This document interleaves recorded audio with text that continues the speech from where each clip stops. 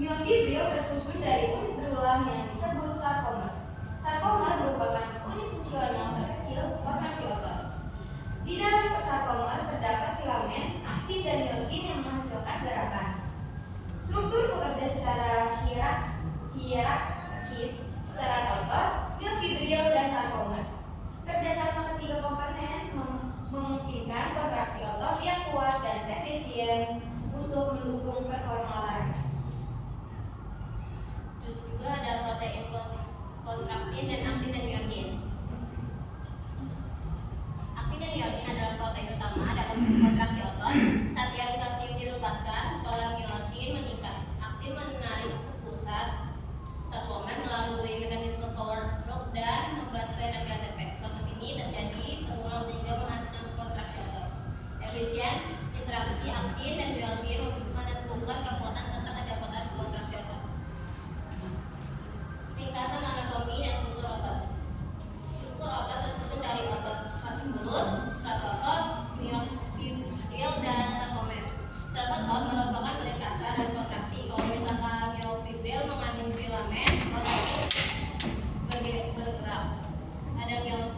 Ada aktin dan miosin berperan utama dalam kontraksi otot. Interaksi aktin dan miosin menghasilkan gerakan tubuh. Sedangkan pemahaman struktur otot penting untuk meningkatkan performa olahraga. Klarifikasi otot dan berdasarkan manusia terbagi menjadi dua, ada tulang volunteer dan intervolunteer.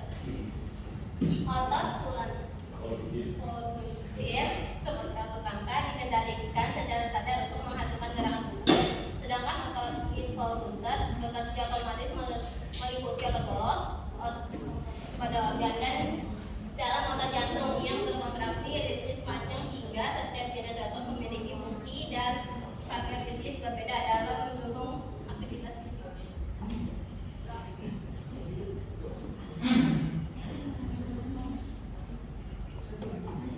Otot rangka atau skelet.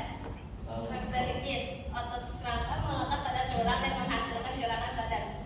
Memiliki struktur lurik karena susunan muskuler yang teratur. Dikendalikan oleh sistem somatik, berperan dalam kekuatan, gerakan, dan koordinasi gerak. Mampu beradaptasi terhadap latihan dan meningkatkan performa atlet.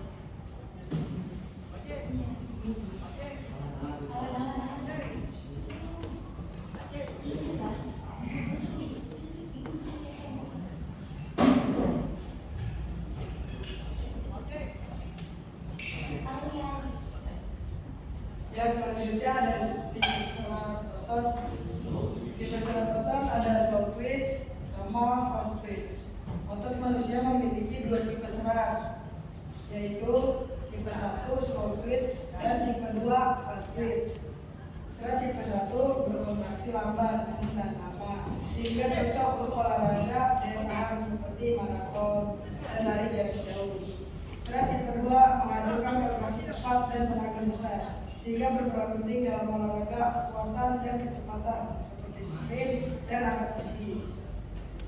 Dominasi jenis serat otot mempengaruhi performa atlet sesuai cabang olahraga yang dijalani. Selanjutnya, distribusi serat otot pada atlet berbeda-beda. Distribusi serat otot mempengaruhi faktor genetik dan latihan. Yang kedua, lari jarak jauh didominasi serat tipe 1 slow twitch sekitar 60% sampai 80%. Selanjutnya, tahan lemak, efisiensi yang tinggi, kontraksi lambat dan stabil. Sprinter didominasi serat tipe 2 fast twitch sekitar 60-75% serat. Tenaga eksplosif, kontraksi cepat, cepat lelah. Komposisi serat otot mempengaruhi performa atlet. Tipe 1 unggul daya tahan, kalau tipe 2 unggul kecepatan dan kekuatan. Peran setiap tipe serat dalam berbagai cabang olahraga. Tipe 1 berperan slow twitch, olahraga daya tahan maraton, bersepeda, dan triathlon. Tipe 2A fast twitch oksidatif, olahraga campuran sepak bola, basket, tinju. Tipe 2X fast twitch glikolitik, olahraganya olahraga power seperti sprint, angkat besi, dan lomba jauh. Kombinasi tipe 1 dan tipe 2 olahraga tim seperti voli, tenis, dan hoki. Dominasi serat otot membantu menentukan program latihan sesuai kebutuhan olahraga. Otot inti atau core muscle dan stabilitas. Otot inti core muscle adalah kelompok otot di sekitar badan tubuh yang berfungsi menjaga stabilitas tulang belakang dan pangkal. Dalam olahraga, otot inti membantu transfer tenaga antara tubuh bagian atas dan bawah, sehingga gerakan menjadi lebih efisien. Otot inti yang juga meningkatkan keseimbangan postur tubuh dan mengurangi risiko cedera. Primer versus otot pendukung dalam gerakan. Dalam olahraga, otot bekerja secara berkoordinasi sebagai otot primer atau agonis dan otot pendukung. Otot primer menghasilkan gerakan utama, sedangkan otot pendukung membantu serta menjaga stabilitas tubuh dan inti.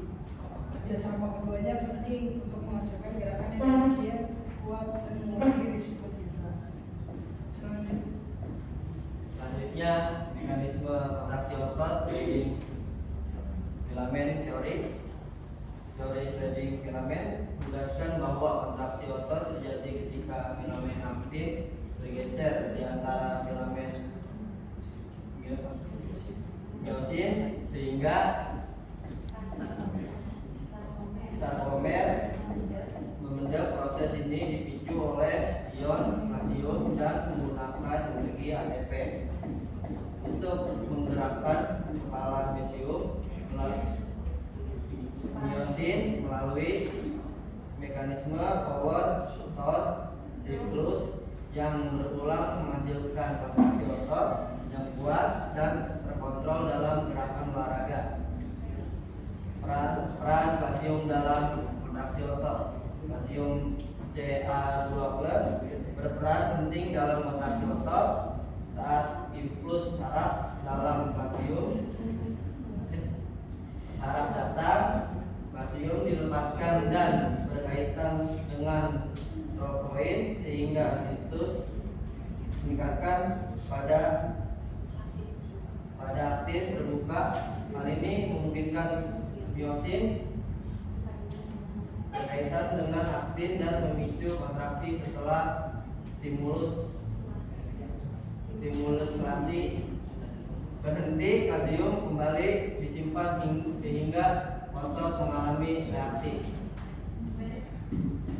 Motor unit dan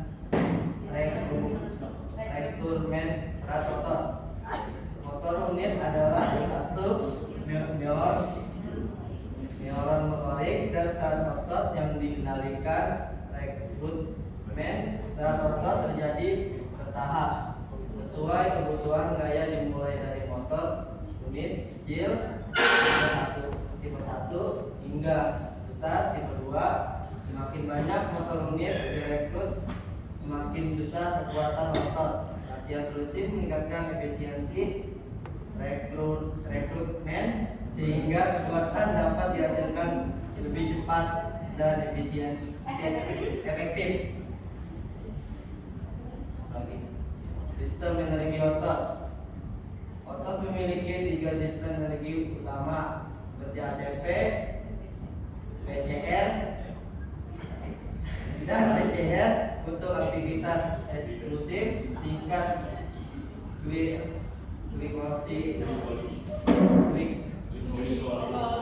glikosis, anaerobik untuk aktivitas intensitas tinggi jangka pendek, dan sistem aerobik untuk aktivitas daya tahan lama. Ketiga sistem bekerja bersama, tetapi dominasi penggunaannya bergantung pada intensitas dan durasi aktivitas. Selanjutnya di baca oleh Bagas. Selanjutnya ada kelelahan otot, yaitu penyebab dan mekanisme. Ini ada pertama, ada kelelahan otot terjadi saat otot tidak mampu mempertahankan kinerja. Penyebab utama kelelahan otot pertama ada depresi energi ATP fosfokreatin dan glikogen.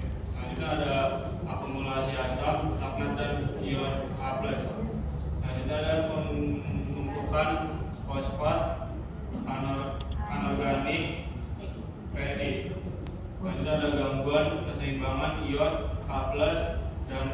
dan CA2+. Kelelahan sistem saraf pusat. Selanjutnya ada dampak kelelahan meliputi penurunan kontraksi dan gangguan sinyal saraf ke otot. Selanjutnya ada kelelahan dapat dipulihkan dengan istirahat, nutrisi, dan latihan yang terprogram. Selanjutnya pemulihan energi otot setelah latihan. Setelah latihan intensitas, otot memulihkan energi dengan mengisi kembali ATP dan fosfokreatin melalui sistem aerobik. Istirahat dan tidur berkualitas memperbaiki serat otot. Sedangkan karbohidrat, protein, dan hidrasi mendukung pemulihan energi serta memberikan otot. Selanjutnya, hubungan intensitas latihan dengan sistem energi. Intensitas latihan menentukan sistem energi yang digunakan otot. Intensitas tinggi menggunakan sistem ATP dan PCR dan glikolisis anaerobik untuk energi cepat, sedangkan intensitas sedang memadukan sistem anaerobik dan aerobik. Pada intensitas rendah, sistem aerobik menjadi sumber energi utama untuk aktivitas berdurasi panjang. Pemahaman ini penting untuk menyusun latihan sesuai tujuan kekuatan atau daya tahan. Selanjutnya ada prinsip adaptasi otot, overload, spesifitas, reversibilitas. Adaptasi otot dipengaruhi oleh beberapa prinsip latihan, yaitu overload, spesifitas, reversibilitas, progresi, dan variasi. Otot harus diberi beban yang cukup dan ditingkatkan secara bertahap agar terus beradaptasi.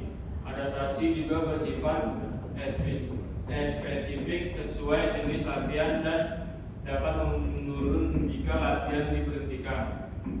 Variasi latihan penting untuk mencegah relativitas dan mendukung performa optimal. Lalu di sini ada hipertrofi otot, mekanisme, dan faktor pendukung. Hipertrofi otot adalah pembesaran serat otot akibat latihan beban yang persisten. Proses ini terjadi melalui kerusakan mikro pada otot yang kemudian diperbaiki dengan sintetis protein sehingga otot menjadi lebih besar dan kuat. Hipertrofi dipengaruhi oleh latihan, asupan protein, istirahat, dan hormon anabolik. Di sini ada peningkatan kekuatan otot tanpa hipertrofi. Kekuatan otot dapat meningkatkan tanpa pertambahan ukuran otot melalui adaptasi neural, latihan kekuatan, meningkatkan efisiensi rekrutmen dan sinkronisasi motor unit serta firing rate sehingga kontraksi otot menjadi lebih kuat dan cepat. Adaptasi ini dominan pada fase awal latihan dan penting untuk meningkatkan performa atlet. Di sini ada adaptasi neuromuskular. Adaptasi neuromuskular adalah perubahan pada sistem saraf dan otot akibat latihan teratur. Adaptasi ini meningkatkan koordinasi, firing rate, dan rekrutmen unit motorik sehingga kontraksi otot menjadi lebih cepat, kuat, dan efisien. Dampaknya performa atlet seperti kekuatan dan kecepatan reaksi meningkat tanpa harus menambah massa otot secara signifikan. Di sini ada peningkatan daya tahan otot. Yang pertama, daya tahan otot meningkat melalui latihan rutin dan terprogram. Yang kedua, adaptasi utama yang terjadi. Pertama itu ada peningkatan densitas mitokondria. Yang kedua ada perluasan jaringan kapiler. Yang ketiga ada peningkatan enzim aerobik. Yang keempat ada peningkatan penyimpanan glykogen. Yang kelima ada efisiensi penggunaan lemak sebagai energi. Dan terakhir itu ada adaptasi. Ini membantu atlet bertahan lebih lama, bekerja pada intensitas lebih tinggi, dan pulih lebih cepat. Periodisasi latihan untuk adaptasi optimal. Periodisasi adalah perencanaan siklus latihan untuk meningkatkan adaptasi dan performa atlet. Tahapannya meliputi fase persiapan, kompetisi, dan pemulihan. Program latihan mengatur keseimbangan antara beban dan istirahat agar performa mencapai puncak pada waktu yang tepat serta mengurangi risiko cedera dan overtraining. Oke, selanjutnya perbedaan adaptasi. Ada latihan kekuatan versus daya tahan. Latihan kekuatan meningkatkan hipertrofi otot, ukuran serat tipe 2, dan kemampuan menghasilkan gaya besar. Sebaliknya, latihan daya tahan meningkatkan kepadatan mitokondria, suplai oksigen, dan efisiensi serat tipe 1 untuk ketahanan terhadap kelelahan. Karena itu, jenis latihan harus disesuaikan dengan kebutuhan cabang olahraga dan tujuan performa. Selanjutnya, faktor genetik ada distribusi serat otot. Distribusi serat otot yang dipengaruhi faktor genetik yang menentukan proporsi serat tipe 1 dan tipe 2. Serat tipe 1 mendukung olahraga ketahanan, sedangkan tipe 2 lebih unggul untuk kekuatan dan kecepatan. Latihan dapat mengoptimalkan kemampuan otot, tetapi tidak sepenuhnya mengubah proporsi serat otot bawahan. Usia dan performa otot. Seiring bertambahnya usia, massa dan kekuatan otot menurun akibat sarkopenia. Penurunan ini memengaruhi serat otot, pemulihan, fleksibilitas, dan koordinasi tubuh. Latihan beban dan aerobik secara teratur dapat memperlambat sarkopenia serta menjaga performa dan kualitas hidup di usia lanjut. Ada jenis kelamin dan karakteristik otot. Karakteristik otot pria dan wanita berbeda karena faktor biologis dan hormonal. Pria umumnya memiliki massa otot lebih besar akibat testosteron, sedangkan wanita cenderung memiliki lebih banyak serat tipe 1 yang mendukung daya tahan. Itu kekuatan otot relatif keduanya hampir sama. Perbedaan ini penting untuk menyesuaikan program latihan agar lebih efektif. Selanjutnya ada hormon dan pertumbuhan otot, testosteron dan growth hormone. Hormon berperan penting dalam pertumbuhan otot. Testosteron membantu sintesis protein, meningkatkan massa otot, dan mempercepat pemulihan. Sedangkan growth hormone atau GH merangsang pertumbuhan sel otot dan pemulihan jaringan. Latihan intensitas tinggi dapat meningkatkan produksi hormon ini, yang dipengaruhi juga oleh nutrisi dan kualitas tidur. Ini ada gambarnya ya. Ada gambar pertumbuhan ototnya.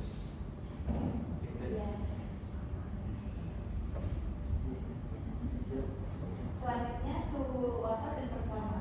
Suhu otot mempengaruhi performa abadi. Otot yang hangat bekerja lebih cepat, efisien, dan fleksibel karena aliran darah serta aktivitas enzim meningkat. Sebaliknya, otot yang dingin lebih kaku dan rentan cedera, sehingga pemanasan penting untuk mempersiapkan tubuh sebelum latihan atau olahraga.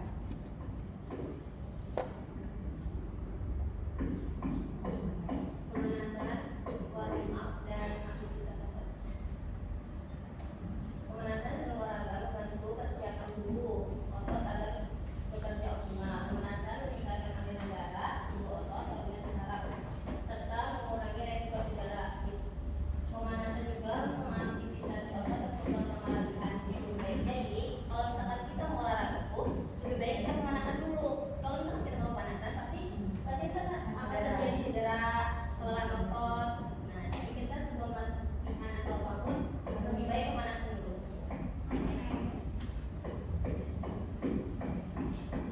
Juga fleksibilitas dan range of motion. Fleksibilitas adalah kemampuan sendi dan otot bergerak dalam melakukan gerakan range of motion. Fleksibilitas yang baik menggunakan efisiensi gerakan dan tenaga. Membantu mengurangi risiko cedera saat berolahraga dan meningkatkan kemampuan dan performa seperti stabilitas dan dinamis layar. Peregangan juga membantu memperbaiki postur tubuh dan pemulihan otot.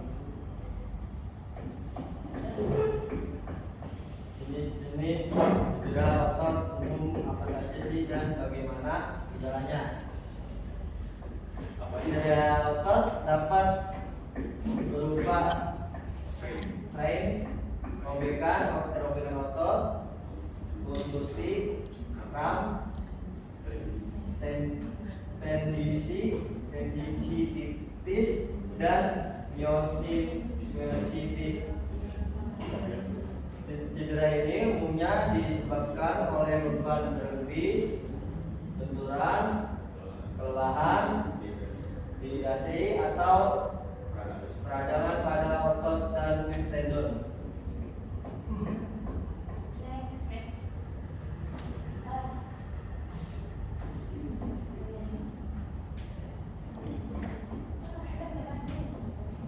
Ini ada strain otot tingkat keparahan. Strain otot diklasifikasikan berdasarkan tingkat kerusakan saraf otot. Yang pertama itu ada grade 1 atau bisa disebut ringan. Yang pertama itu robekan serat otot minimal dari 5%. Yang kedua itu nyeri ringan. Yang ketiga itu tidak ada kehilangan kekuatan signifikan. Untuk pemulihan itu minimal 1 sampai 2 minggu. Kurang lebih 5% robekan. Oh ya, lebih dari 5% robekan.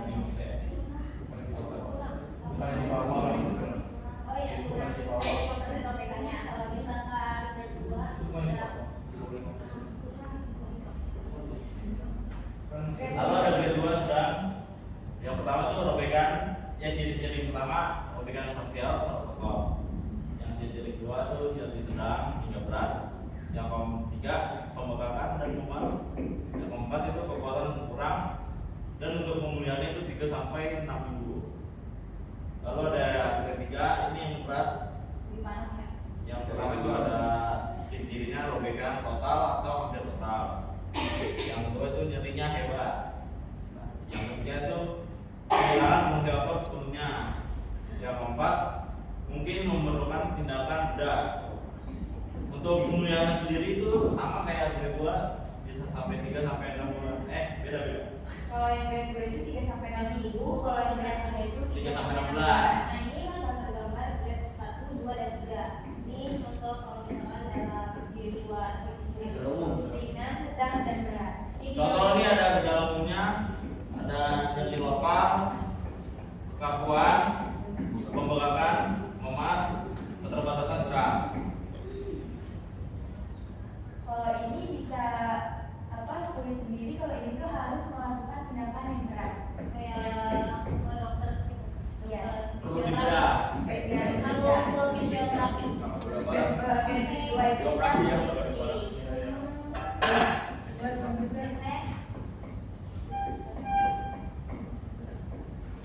mekanisme cedera otot. Yang pertama ada cedera otot dapat terjadi karena pergerakan berlebihan, yaitu overstretching. Kedua, pembebanan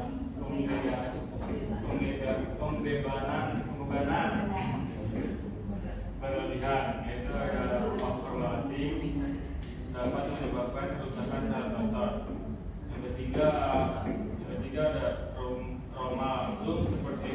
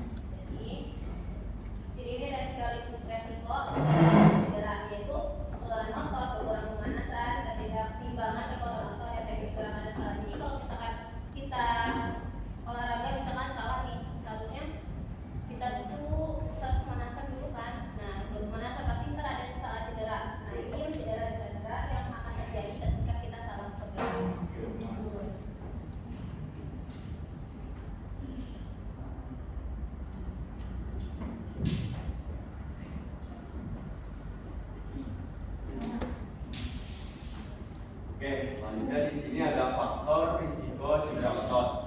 Memahami faktor risiko dapat membantu mencegah cedera otot sebelum terjadi. Yang pertama, itu tadi kan udah dijelasin tuh, pemanasan. Pemanasan itu penting banget sebelum melakukan aktivitas olahraga. Kalau pemanasan buruk, otot yang dingin kurang elastis dan lebih rentan pada robekan saat melakukan gerakan mendadak. Tadi itu ada bersatu, berdua, dan bertiga. Ini gara-gara pemanasan. Yang selanjutnya ada kelelahan otot. Otot yang lelah kehilangan kemampuan menyerap beban, meningkatkan risiko cedera signifikan. Jadi kalau kita porsir otot kita terus-terusan, nggak tahu limit tubuh kita sekuat apa, pasti akan mengalami kelelahan otot. Nah, yang ketiga ada ketidakseimbangan otot. Ada otot agonis yang lebih kuat sama otot antagonis yang lebih lemah. Perbedaan kekuatan antara otot agonis dan antagonis menciptakan tekanan berlebih pada satu sisi. Jadi nggak seimbang ini antara otot yang kanan sama yang kirinya. Yang keempat ada kesalahan latihan. Yang pertama ada teknik yang salah, terus beban berlebih dan peningkatan intensitas terlalu cepat. Teknik yang salah itu juga memengaruhi risiko cedera otot, terus beban yang berlebih dan harusnya kita mulai dari pelan-pelan dari yang ringan dulu sampai ke yang berat. Terus paling ya jangan langsung meningkatkan intensitas terlalu cepat, juga memengaruhi risiko cedera otot. Teknik yang salah, beban berlebih atau peningkatan intensitas terlalu cepat dapat memicu cedera otot. Nah, yang kelima dan yang terakhir fleksibilitas yang kurang. Tentang gerak yang terbatas memaksa otot bekerja di luar batas kemampuannya. Jadi kita harus melatih fleksibilitas kita biar bergerak. Jadi kita sarankan untuk cedera otot.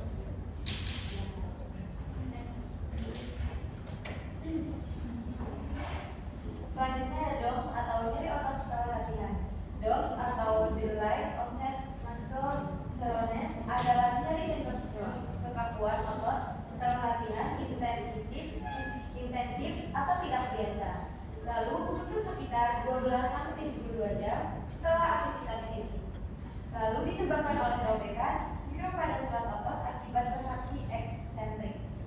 Gejalanya meliputi nyeri tekan, pembekakan ringan, dan penurunan kekuatan sementara.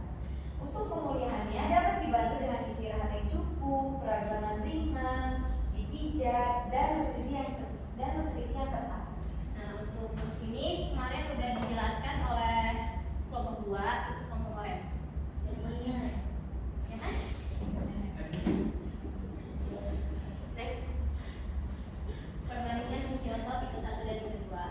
Otot tipe 1 slow twitch, kontraksi lambat, ketahanan tinggi, metabolisme aerobik, kayak mitokondria, cocok untuk daya tahan yang seperti maraton, sepeda jarak jauh, dan renang jarak jauh. Terus ada juga tipe 2, itu fast twitch, kontraksinya cepat, kekuatannya besar, metabolisme aerobik, lipotidik, cepat lelah, dominan pada olahraga sprint, angkat besi, lompat, olahraga eksplorasi lainnya. Nah ini tipe 1, ini tipe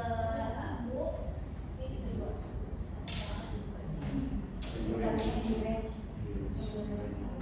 Nah ini training ada training kalau misalkan tipe 1 lebih merah.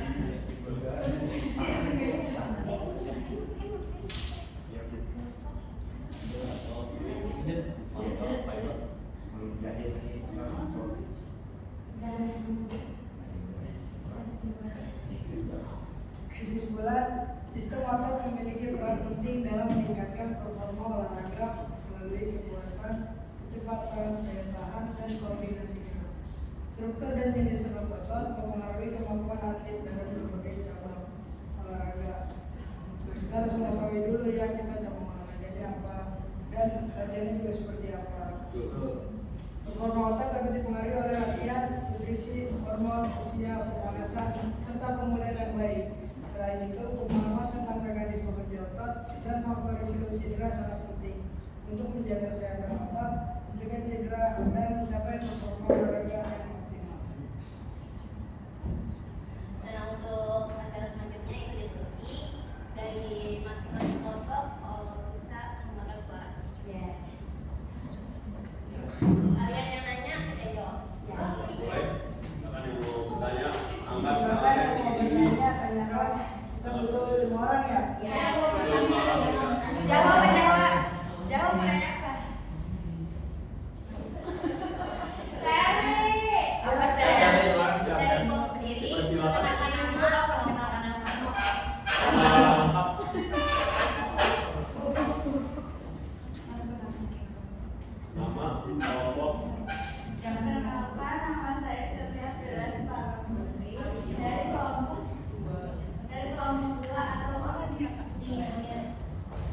Saya punya pertanyaan.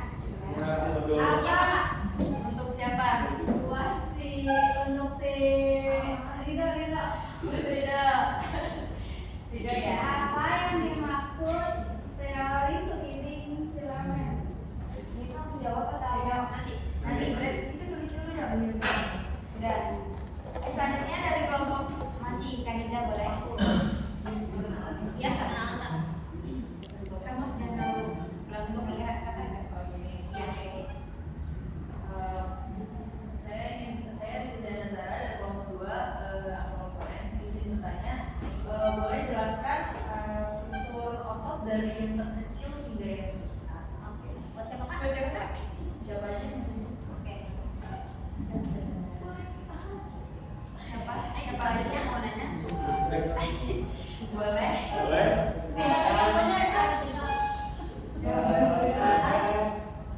Tujuan dari PPN 0075. Oke, dan itu kelompok apa? Kelompok apa? Kelompok 1, ya. Rapat Komisi Protein Aktif dan Inovasi. Apa Komisi Protein Aktif dan Inovasi? Ya. Itu kan? Oke, terima kasih. Buat siapa Kak? Siapa yang Semuanya ada. Siap sampai sekarang. Oke, siap, terima kasih. Kita dua lagi. boleh Wildan? Saya dengan Alat, saya dari kelompok 1. Sini saya mau nanya apa sih itu otot rangka? Buat siapa? Buat saya Mbak. Oke, terima kasih Wildan. Pertanyaannya. belum. Ayo, siapa lagi? Oh. Yang mau nanya? Satu lagi Ada boleh. langsung. Om. Iki, Si Baras. Bisas. Om, ayo. Baras. Ikut. Ini siapa sih? Bayu. Nanya Kak. Oke, boleh. Siap. Apa? Apa? Perkenalan. Dari kelompok berapa? Kelompok 1. Oke. Oke, siap. Oke, Pak. Pertanyaannya apa perbedaan saat otot tipe 1 dan tipe 2? Perbedaannya ya? Oke, terima kasih. Terima kasih. Oke, di sini.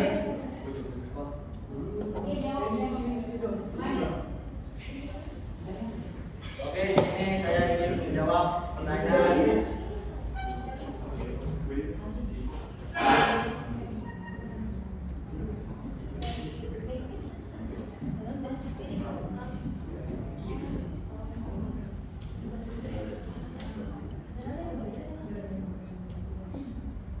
Saya di sini ingin menjawab pertanyaan oleh dari Sherly. Tadi Sherly nanya apa yang dimaksud dengan otot rangka, betul nggak?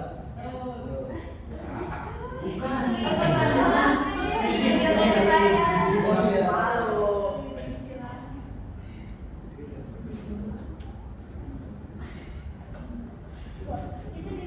Iya ya.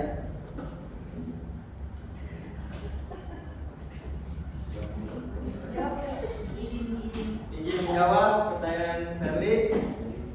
Tadi apa yang dimaksud dengan teori dinding filamen? Betul nggak? Jawabannya itu teori yang menjelaskan bahwa kontraksi otot terjadi ketika filamen aktin bergeser di antara filamen miosin sehingga sarkomer memendek. Proses ini dipicu oleh ion kalsium dan menggunakan energi ATP.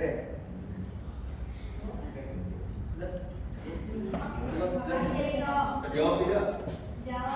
Awas. Pertanyaan selanjutnya dari Riza. Jelaskan struktur otot dari yang terbesar hingga yang terkecil.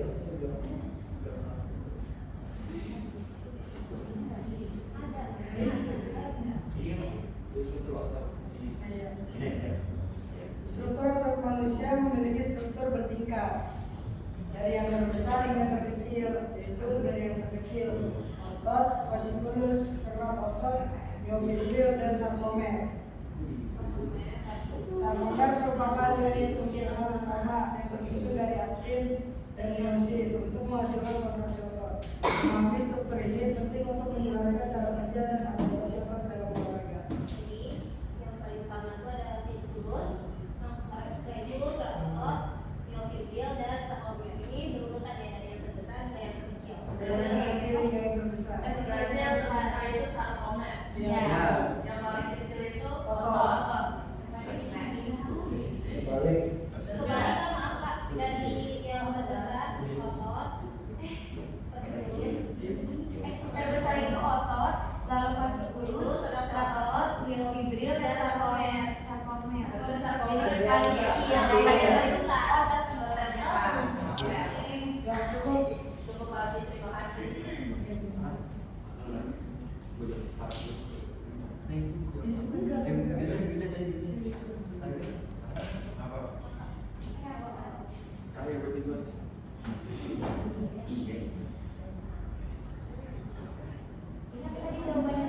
Apa yang dimaksud dengan otot rangka ya Wildan? Bilang dulu. Mau izin menjawab pertanyaan dari Wildan Salah dari kelompok 1. Apa itu otot rangka? Otot rangka itu melekat pada tulang dan menghasilkan gerakan sadar. Lalu memiliki struktur duri karena susunan sarkomer yang teratur, lalu dikendalikan oleh sistem saraf somatik dan berperan dalam kekuatan, kecepatan, dan koordinasi gerak, lalu mampu beradaptasi terhadap latihan untuk meningkatkan performa atlet. jadi otot rangka itu sangat penting dalam performa olahraga. Jelas tidak benar? Jelas? Oke, terima kasih.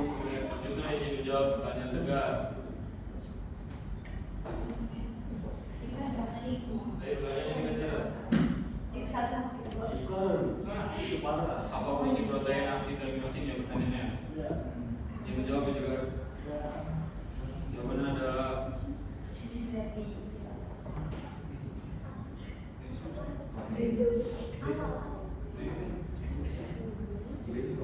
yang menjawab. Iya, menjawab kan? Jawabannya aktif dan miosin adalah protein utama dalam kontraksi otot. Saat ini ion kalsium dilepaskan kepada ion meningkat aktif dan menariknya ke pusat sarkomer melalui mekanisme power stroke dengan bantuan energi ATP. Proses ini terjadi berulang sehingga menghasilkan kontraksi otot. Efisiensi interaksi aktif dan miosin menentukan kekuatan serta kecepatan kontraksi otot. Jawaban jelas ya. Selanjutnya pertanyaan Terakhir Yang dari terakhir. Sabi. Tolong disimak ya pertanyaannya. Lepas. Saya ingin menjawab pertanyaan Pak Sabio dari kelompok 1. Tadi nanya perbedaan otot tipe 1 dan tipe 2 kan?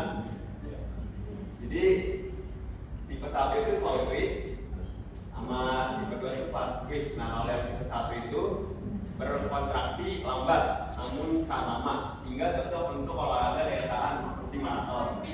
Kalau tipe 2 yang menghasilkan kontraksi cepat dan tenaga besar sehingga berperan penting dalam olahraga kekuatan dan kecepatan seperti sprint dan angkat besi. Nah, kombinasi jenis otot ini mempengaruhi performa atlet sesuai cabang olahraga yang dijalani. Gimana terjawab? Paras terjawab. Jelas tidak? Oke. Jadi kita mau Diskusi selanjutnya itu kita mau nanya ke tanya. kalian. Betul. Jadi kalian jawab pertanyaan dari kita. Nanti dapat hadiah. Dapat hadiah, Neng. Kita bikin pertanyaan yang susah dulu ya. Oh yuk kita.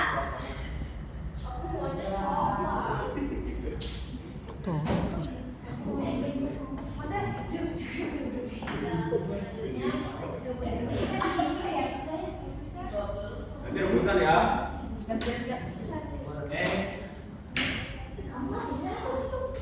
Kamu aja Bu. Sudah dulu aja. Tadi dulu tuh 3-3 Nah, untuk pertanyaan yang pertama, sebutkan faktor-faktor cedera bisa nggak? Faktor otot dan otot yang tadi nih. Jadi dijelasin. Semuanya. Semuanya berdiri bangun. Berdiri bangun sebut nama sama kelompok. Kalau salah berarti hadiahnya buat kita. Gak boleh. Baik, sok. Ya. Sok. Ya boleh. Marah. Izin menjawab, saya Nurjana Nazara dari kelompok 2 yang izin menjawab pertanyaan dari Ratu. Pertanyaan dari Ratu. Apa tadi? Faktor sebutkan faktor otot. Ya, betul. Apa? Jawaban pribadi nggak apa-apa. Ya, sok pribadi. Tapi ya bisa. Pertama, Ya. kurangnya pemanasan pendinginan. Ya, Kedua, intensitas latihan berlebih. Lanjut. 3, teknik yang salah. Ya. 4, kelelahan. Ya. 5, kurangnya fleksibilitas. 6, kecelakaan atau trauma. Deh. Bisa. Oh, aku boleh pilih. Aku lebih. Marah. Gak boleh cuma cari aja. Lagi. Aku mau ini yang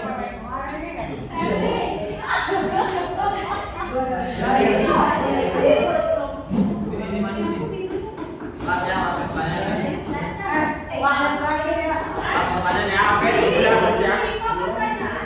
Enggak, aku. Ada 3 pertanyaan. Pertanyaan selanjutnya. Sebutkan berapa lama masa pemulihan cedera dari masing-masing grade. Dari grade 1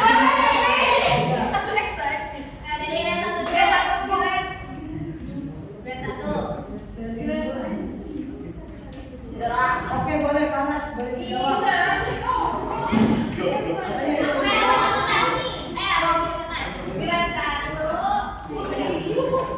Jangan yang pertanyaan apa itu jangan apa.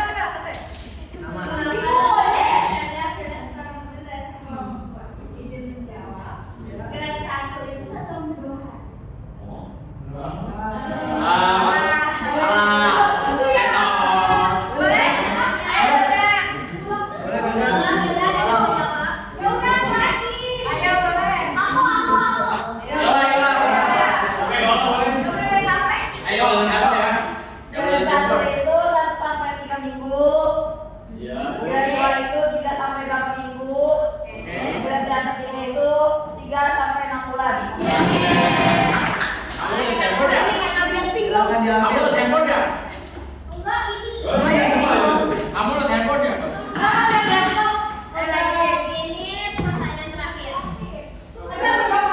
Terakhir ya.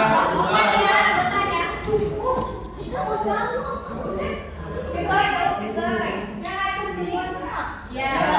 Tadi kan udah dijelasin kan kalau tipe 1 sama tipe 2. Nah, pertanyaannya apa aja olahraga di otot tipe 1 sama tipe 2? Tuh, jauh HP. Apa? Yang bisa jawab boleh angkat tangannya. Ya, katakan mau jawab. Ya, boleh berikan. Ya. Ya, Tiga-tiganya. Harus lengkap dong. ya kalau bisa Ya, dia bikin dulu apa Pas malam kan tahu jawab. Jawaban langsung lengkap. Ayo. Aku lagi. Gak boleh. Buat yang lain kan. cukup ya berbagi.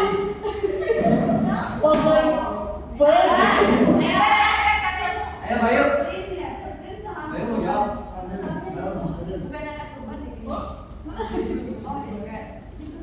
Ya, Wildan boleh jawab. Ayo Wildan. Tekan.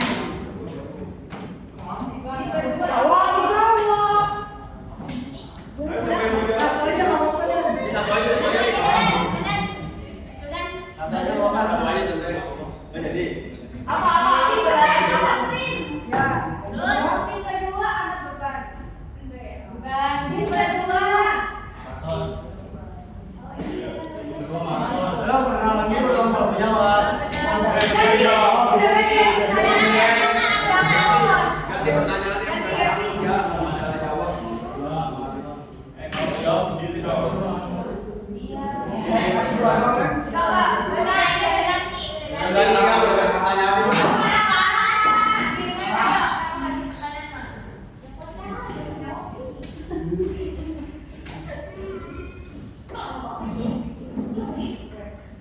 Sebutkan obat. Nih pertanyaan selanjutnya. Apa peran kalsium? Apa peran kalsium Dalam kontraksi otot. Hah? Peran kalsium dalam kontraksi otot. Membangun masalah. Iya jawab boleh. Iya boleh lanjut. Jawab. Kurang lebih Boleh dilengkapi lagi. ada di Ada di materi. iya di materi yang tadi. Tadi disimak nggak materinya? Tadi nggak sebenarnya. Makanya Ayo. Apa udah kita tutup aja tutup aja pertanyaannya? nih. Apa lagi nih? Anu nih masih ada lagi. Mana harus jawab aja nih. Ayo boleh orang pada jawab. Ya, menjawab. Ayo, atur. Saya jawab ke Sherly. Saya jawab. Ya, Sally boleh dilengkapi dari awal sedikit. Ayo Sher, sedikit lagi Sher. Sedikit. Ya Allah. Sama-sama. Satu. Saya dijelasin lagi Sally. Dari Dua. awal. Apa kamera itu mau? Ya, dari awal dari awal tadi. Dari awal aja baca buku. Lima. Iya. Dua. Ya Sally gimana? Sher.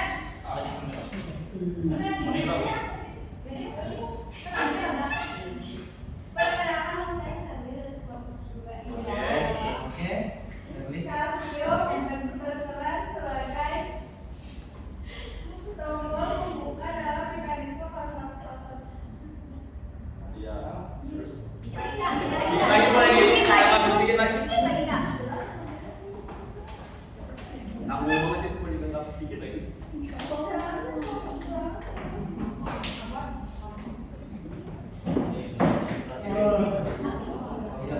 Saat impuls saraf tiba, ion kalsium dilepaskan dan digulung sarkoplasma. Ion ini kemudian berikatan dengan protein troponin yang menyebabkan perbedaan posisi troponin yang membuka sitoplazmik aktin agar kepala miosin dapat menyentuh dan menghasilkan. Ya.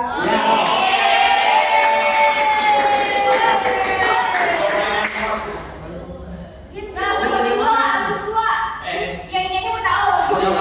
Ini aja mau tahu. Satu lagi. Tiga. Udah. Untuk pelajaran selanjutnya penutupan. Terima kasih sudah Menyimak presentasi dari kami. Mendengarkan presentasi dari kelompok Mohon kami. maaf. apabila ada kata-kata yang salah. Materi yang kurang jelas atau Allah Subhanahu wa taala. Sekian, terima kasih. Wassalamualaikum.